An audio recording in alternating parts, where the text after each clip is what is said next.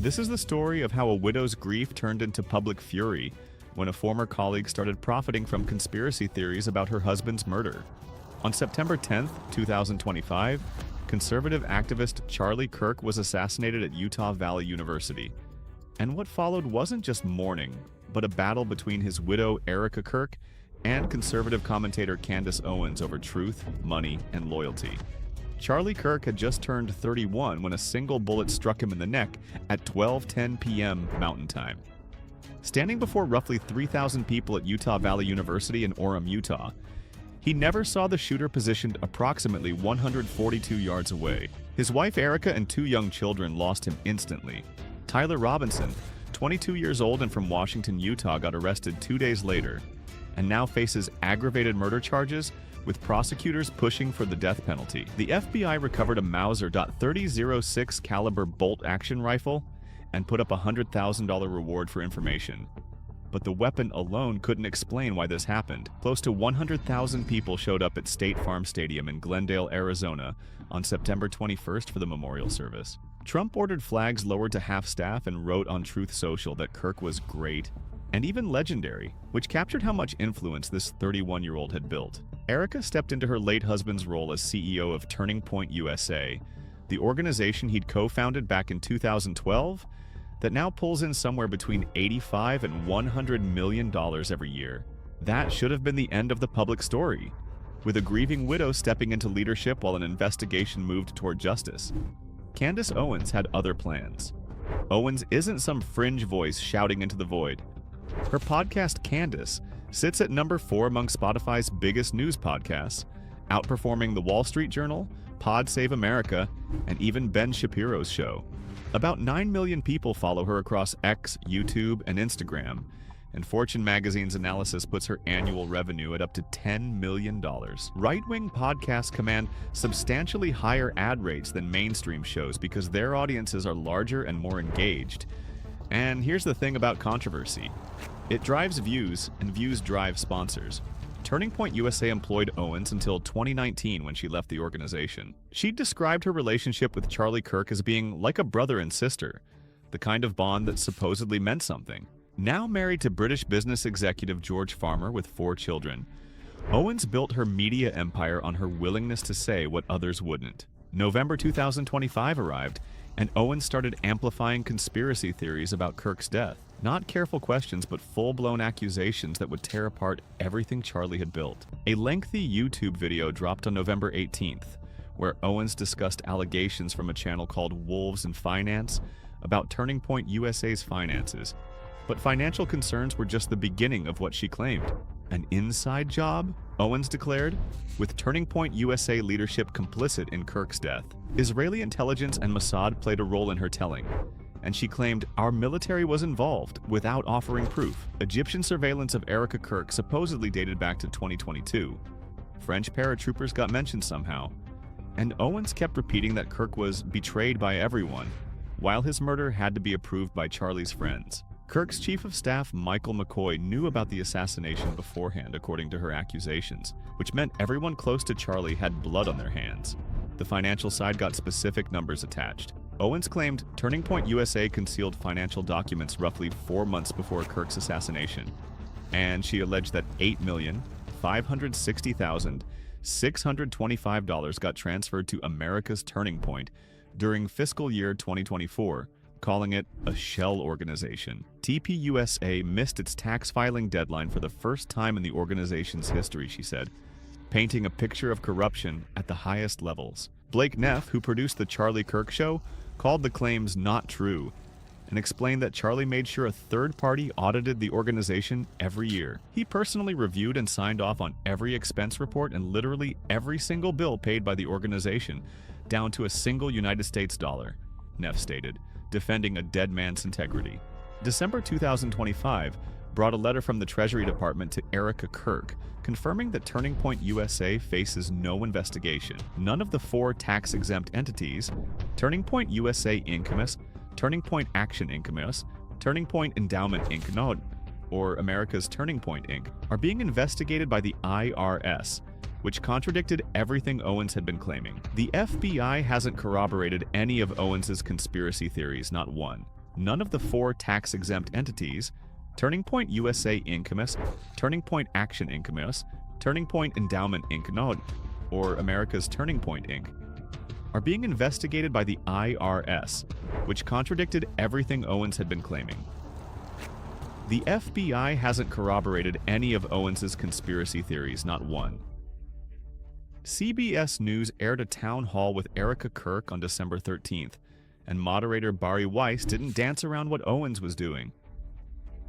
She has been one of the main peddlers of these conspiracies, and she is making a huge amount of money on it, Weiss stated bluntly. She is building her business off of these lies. Every video Owens posts about these theories racks up views, and those views generate ad revenue that flows directly into her bottom line. The more outrageous the claim, the more engagement it receives from an audience hungry for the next revelation. When you're already pulling in up to $10 million per year, adding fuel to a tragedy involving someone you called like a brother becomes a business opportunity that's hard to ignore. Erika Kirk appeared on Fox News on December 10th and addressed this head-on. When you go after my family, my Turning Point USA family, my Charlie Kirk show family, when you go after the people that I love, and you're making hundreds and thousands of dollars every single episode going after the people that I love, because somehow they're in on this? No, she said, her anger cutting through. This is righteous anger because this is not okay. Blake Neff described what the staff endured in brutal terms. Candace has effectively tarred everyone here with complicity in Charlie's death by repeatedly saying he was betrayed by everyone, he explained. She has said Charlie's murder had to be approved by Charlie's friends, and then suggested those friends might have her murdered too for knowing the truth. Threats rolled in against TPUSA staff because of the conspiracy theories spreading online. Donors started requesting refunds after Owens urged them to demand their money back, and Neff said the harassment exceeded what they'd received from people who actually celebrated Kirk's assassination, which tells you how bad it got. Staying quiet wasn't in Erika Kirk's nature, and she made that clear on Fox News December 10th. Come after me, call me names, I don't care. Call me what you want. Go down that rabbit hole. Whatever, she told viewers. But when you go after my family, my Turning Point USA family, my Charlie Kirk show family, when you go after the people that I love, no. She added a warning for anyone expecting her to collapse under the weight of grief. If people think that I was just going to wilt away, I'm not going to sit in a corner and cry and be in a fetal position. The CBS town hall on December 13th gave her a platform to address Owens directly. And when asked what she'd say to Candace, Erika's response couldn't have been simpler. Stop. That's it. That's all I have to say. Stop. Owens didn't limit herself to attacking the organization, though. Personal shots at Erika included accusing her of having Meghan Markle syndrome, wanting privacy when convenient but publicity when it suited her purposes.